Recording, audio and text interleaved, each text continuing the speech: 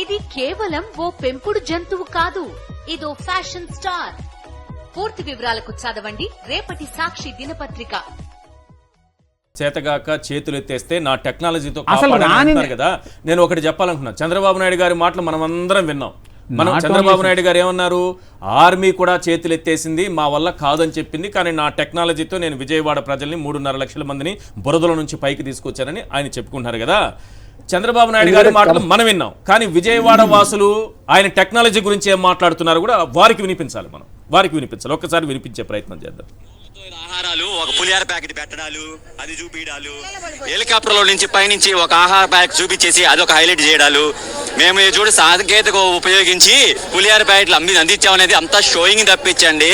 రియాలిటీలో అంతా కూడా సున్నానే. పాపం స్థానికంగా 3 రోజుల దాకా ఒక్కరు పట్టించుకోవాలి. ఇప్పుడు 5వ రోజు 6వ రోజు వచ్చేసి అంతా తగ్గిన తర్వాత ఇప్పుడు పట్టించుకుంటున్నారు. ఇంట్లో ఉండి నా గురించి ఆలోచించాలా. అసలు మనము కొంచెం హైట్లో ఉన్న వాళ్ళే మనకి ఎంత ఇబ్బంది జరిగితే లోతట్టు ప్రాంతం వాళ్ళు ఎంత దారుణంగా ఉన్నారు అని చెప్పేసి ముందు ఇంట్లో ఉండి నా గురించి చేర్చుకోవాలా. ఒక్కసారి మా ఇంటికి అడగరాండి, మా చుట్టూ చెప్తారు నా గురించి. ఇప్పుడు మనకు 50 మందిని కాపాడు. ఇప్పుడు G+2 ఉంది కదా, మన ఎదురుళ్ళు వాళ్ళు వీళ్ళని నాకు ఆ టయాన్ అయితే ఆ నీళ్ళను చూసి పెద్దవాళ్ళు నీళ్ళ మునిగిపోవడం కాదు, ఆ నీళ్ళను చూసి ముసలి వాళ్ళు లేదు, అక్కడికక్కడ కళ్ళు తేలేసి ఒక కారు మీద ఏలాడింది మా ఇంటి దగ్గర. ఆమె నీళ్లు మునిగ్గా చచ్చిపోయింది. ఆ నీళ్ళలోనే ఆమెను కాపాడే లోపే ఆమె చచ్చిపోయింది. ఇంచుమించు మా ఎదురు వాళ్ళు పక్కన వాళ్ళ ఇల్లు G+2 ఉన్నోళ్ళు ఎంతో కొంత శాలరీ ఇచ్చుకొని పక్కన సాయాలు చేసుకోవడం తప్పించి, తమ్ముడు మానవతావాదంతో పక్కన ఎవరన్నా సాయం చేసుకోవడం తప్పించి అలా కొంతమంది బతికారు. కానీ చెప్తున్న వాస్తవంగా హెలికాప్టర్లు తిరుగుతా ఉంటాయి. నా కొడుకు ఎందుకు తిరుగుతారో అర్థం కాదు. దేనికి ఉపయోగం అది? NDRF బోట్లు తిరుగుతా ఉంటాయి, ఉపయోగం లేకుండా. ఇదిగోండి అధికార యంత్రాంగాలు అనేది సున్న తప్పు తమ్ముడు. ఉద్యోగస్తులు అందరూ కూడా చెప్పేవారన్న ఇది చంద్రబాబు నాయుడు గారు వినాలి. ఆయన టెక్నాలజీ ఏ స్థాయిలో వాళ్ళని ఆదుకుంటే వాళ్ళ కడుపులో నుంచి వచ్చినటువంటి ఆవేదన అది.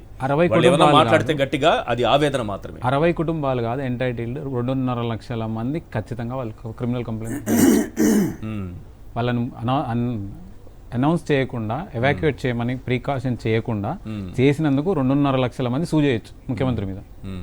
ఇప్పుడు చంద్రబాబు నాయుడు గారి మీద ఎందుకు కేసులు పెట్టకూడదు? ఇది ఒకటి వస్తుంది, ఎందుకంటే ఇంత నిర్లక్ష్యంగా ప్రభుత్వం వ్యవహరించింది అనేది. రెండోది, అసలు ఆర్మీ నా టెక్నాలజీ నేనే కాపాడేశాను, కాపాడడం కాదు అసలు మునిగిపోవడానికి కారకులు ఎవరనేది కదా తేలాల్సింది ఇక్కడ.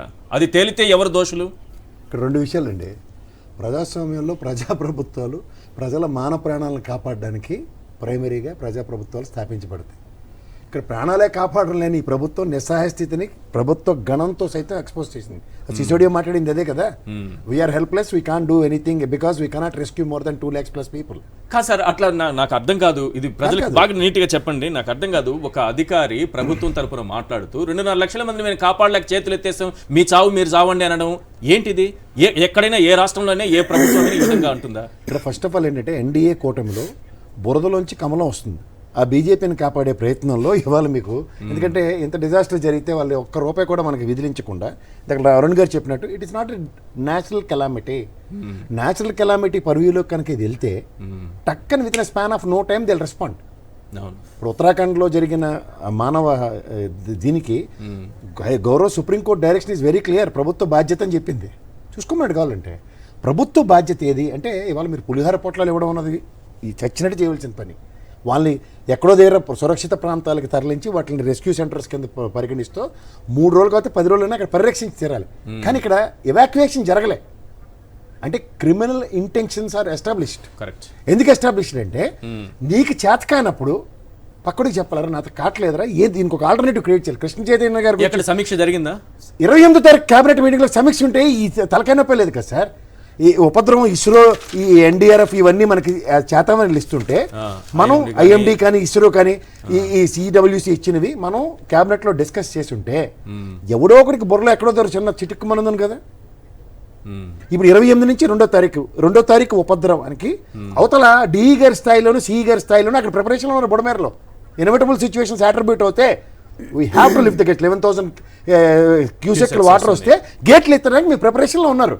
Without the concern of respect to people అన్నది ఇంపాసిబుల్ టు నెక్స్ట్ స్థాయి. వాళ్ళు ముందే మధ్యాహ్నమే, శనివారం మధ్యాహ్నమే 31వ తారీఖు శనివారం అనుకుంటా, 31 అనుకుంటా, 31 ఆ రోజు మధ్యాహ్నానికే మేము సమాచారం ఇచ్చామంటున్నారు. అర్ధరాత్రి టైంలో గేట్లు ఎత్తేసారని అంటున్నారు. అంటే చంద్రబాబు నాయుడు గారు తన నివాసం మునగనంత వరకు వెయిట్ చేద్దాం, అవసరం ఉందో లేదు తర్వాత తన నివాసం మునిగిపోతుంది కాబట్టి ఇక్కడ గేట్లు ఎత్తి వాళ్ళని అటు ముంచేయండి, ఇప్పుడు విజయవాడని అటు ముంచేయండి, ఇక్కడ ఇది తేలిపోతుంది అనే ఆలోచన ఏమైనా ఉందా? మీకు ఒక మాట చెప్తా, మీరు ఇంత చెప్తున్నారు కానీ చంద్రబాబు నాయుడు గారు విజయవాడలో కాలేటి దాకా పరిస్థితి ఆయనకే తెలియదు, బెక్క చచ్చిపోయి ఉన్నాడు ఆయన. సడన్ గా ఆయన ఇల్లు కూడా మునిగిపోయి you cannot enter into your house. ఆయన ఇల్లు మునిగిపోయింది సార్, మునిగింది.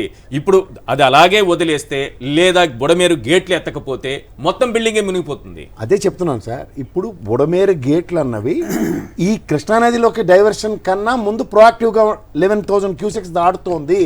దీనికి ప్రిపరేషన్ ఏది? కలెక్టర్ గారు చెప్తున్నారు చూడండి, గంటలు పడ్డాయి. గండ్లు పడినప్పుడు ఇక్కడ ఒక పాయింట్ చెప్పాలి, ఆ గండ్లు కూడా వైఎస్ఆర్సీపీ వాళ్ళు కొట్టేశారన్నారు. మీరు మిమ్మల్ని చెప్పనివ్వండి ఒక్క నిమిషం. కాదు సార్, మీరు ఇప్పుడు ప్రభుత్వం యంత్రాంగం దోషి కింద మీరు ఎస్టాబ్లిష్ చేయాలంటే ముందు మీరు చెప్పేది ఒక్క నిమిషం వినండి, ఒక్క నిమిషం.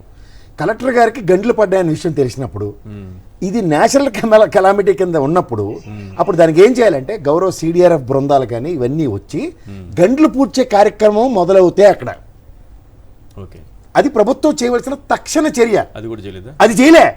మీరు గమనించండి, దాన్ని కవర్ చేయడానికి రామానాయుడు గారు 67 గంటలు బట్టి నిద్రారాల మనిషి కష్టపడుతున్నాడు. దీనికి ఇది మీకు ముందు చెప్తే మేము దేని ఏదో ప్రికాషనరీ ఫ్రంట్ లో దానికి చేస్తాం, కానీ ఇంత మునిగిపోయి ఫ్లడ్ ఉన్నప్పుడు ఏం చేయగలం అన్న దగ్గర ఈ హాజ్ ఎంటర్డ్ ఇంటూ ఇట్. ఇప్పుడు ఎగువ వర్షం తగ్గినప్పుడే ఆయన రామానాయుడు గారు ఒక ఇంటర్వ్యూ చూడండి, ఈ ర్యాంప్ క్రియేట్ చేయడానికి వెసులుబాటు తీసుకుంటేనే మనకి వెహికల్స్ వెళ్ళి డంప్ చేస్తాయి అంటే వెసులుబాటు ఇచ్చింది ప్రకృతి. అప్పటిదాకా వాళ్ళు ఎంటర్ అవ్వలేపారు. You got it. So first of all గండ్లు పోర్చడం కలెక్టర్ గారిది క్రానికల్ ఆర్డర్లో తీసుకుంటే గండ్లు పడి ఇన్వెటబుల్ 50,000 క్యూసెక్స్ వచ్చి దగ్గర బృందాలతో కనుక ప్రభుత్వ రంగం గణం కనుక ఎస్టాబ్లిష్ చేసుకుని అక్కడ నియంత్రించుంటే ఫస్ట్ ఉపద్రవం ఇంత దాకా రాకపోయింది. ఆ 7,800 క్యూసెక్లు ఒళ్ళు దగ్గర పెట్టి కృష్ణానదిలో కలవడానికి ఒక ఫస్ట్ ఇన్వర్టబుల్ సిచ్యువేషన్ అట్రిబ్యూట్ అయ్యింది. తదనంతరం బుడమేరు గేట్లు 11,000 క్యూసెక్లు దాటితే ఆటోమేటిక్ ఎత్తి తీరాలి వాళ్ళు. దానికి కూడా వాళ్ళు అలర్ట్లు ఇచ్చారు. దానికి సిసోడియా గారు లాంటి వాళ్ళు కానీ నీటిపారుదల శాఖ ప్రిన్సిపల్ సెక్రటరీ కానీ అలర్ట్ లేరు. అంటే అలర్ట్ ఎవరు? వాళ్ళు ఉన్నారు కానీ ప్రజల్ని అలర్ట్ చేయలేదు. ఎందుకు? వీకెండ్ వెళ్ళిపోయారు, పోయారు, హైదరాబాద్ వదిలేసి విజయవాడ వదిలేసి హైదరాబాద్కి పారొచ్చారు అందరూ. అక్కడ ఎవరూ లేరు, డైరెక్షన్స్ ఎగ్జిక్యూట్ కావు. ఆ 20 గంటల కాలంలో నీళ్ళు వచ్చినట్టు వస్తేలే అన్నది ఒక భ్రమ. 50,000 క్యూసెక్స్ డెన్సిటీ మీరు గత ప్రభుత్వాలు ఈ ప్రభుత్వాలు అన్ని పక్కది ఏంటి సార్? రాజశేఖర రెడ్డి గారి గవర్నమెంట్లో బుడమేరు ఎక్స్పాన్షన్కి 241 కోట్లు శాంక్షన్ అయితే రాష్ట్రం విభజించిన తర్వాత ఫస్ట్ ప్రభుత్వం వచ్చింది తెలుగుదేశమే. ఎక్స్పాన్షన్ ఏం చేశారు? ఫస్ట్ క్వశ్చన్ కనుక్కోండి. నిర్లక్ష్యం, అశ్రద్ధ అన్నది 2014 నుంచి పునాదులు పడ్డాయి. 2019 తర్వాత కంటిన్యూషన్ 2024 ఏం జరిగిందో పక్క తీయండి. మన అదృష్టంగా అంత బుడమేరుకి అంత రాలే. ఇప్పుడు వచ్చినప్పుడు దాని కంటిన్యూషన్లో 3-4 నెలలు బట్టి అందరూ అంటారు ప్రాజెక్ట్ గ్రీజ్. తుంగభద్ర డ్యామ్ ఫస్ట్ తీసుకోండి, ద కెపాసిటీ, ప్రాజెక్ట్ కెపాసిటీ. నిజంగా గత ప్రభుత్వం అశ్రద్ధ లేదా వీళ్ళు అంటున్న మాట చూద్దాం. వీళ్ళకి 3 నెలల టైం ఉంది కదా సార్. 2 రోజుల నిడివిలో ఆ గేట్లకి వెయిట్స్ మార్చగలిగారు కదా. అండ్ ప్రాజెక్ట్ కెపాసిటీ 25 years కాకుండా ప్లస్ 20 years 45 years దాన్ని రన్ చేస్తున్నాం అన్న దగ్గర తుంగభద్ర లాంటిది కానీ దీనికి కానీ గేట్లు మార్చిన ఉపక్రమించిన కార్యక్రమం ఏమైనా ఉందా? ఎందుకంటే దీనికి కాన్స్పిరసీ వెనక్కెళ్ళండి.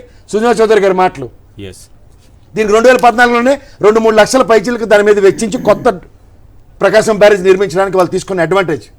సో వీటిలన్నింటినీ కలిపి దీన్ని నేచురల్ కెలామిటీ కింద సృష్టిస్తూ కాకల కార్యాలు గంధర్వులు తీర్చినట్టు పుణ్యం పురుషార్థం 2 సంపాదించడానికి వేసిన మాస్టర్ ప్లాన్ ఇది. ఎందుకంటే అరుణ్ గారు చెప్పినట్టు నిజంగా వెయిట్స్ కనుక ఇసుకతో లోడ్ ఉంటే అక్కడే మునిగిపోతుంది ఈ ప్రవాహంలో. మునిగి కింద నుంచి వచ్చి కొట్టుకున్నా అది ఏదైనా మాట ఉన్నా ఒక మాట ఉంటుంది, ఇసుక లోడ్ చేయకుండా పెట్టారు ఎక్కడికో తీసుకెళ్లాలని. ఇవేవి కాదు సార్, స్లోగా ఫ్లడ్ అక్యుములేట్ అవుతుంది. ఈ స్లోగా అక్యుములేట్ అవుతున్న ఫ్లడ్లో రేవంత్ రెడ్డి గారిలో కిందకి దిగుకు వాటర్ వచ్చిన ఉదంతాలు చెప్పమనండి. వీళ్ళు నీళ్లు కిందకు వదలకుండా డెడ్ స్టోరేజ్ క్రియేట్ చేయాలి. ఎందుకంటే ఎగువ నుంచి అంత వాటర్ వస్తుంది, క్యాలిక్యులేషన్స్ మిస్ఫేర్. సో ఎప్పుడైతే ప్రాజెక్ట్ నిండున్న దాని మీదకి కురుగునాక మీద తాటిపడి పడితే ఏమవుతుంది? అదే పరిస్థితి ఇక్కడ అట్రిబ్యూట్ అయింది.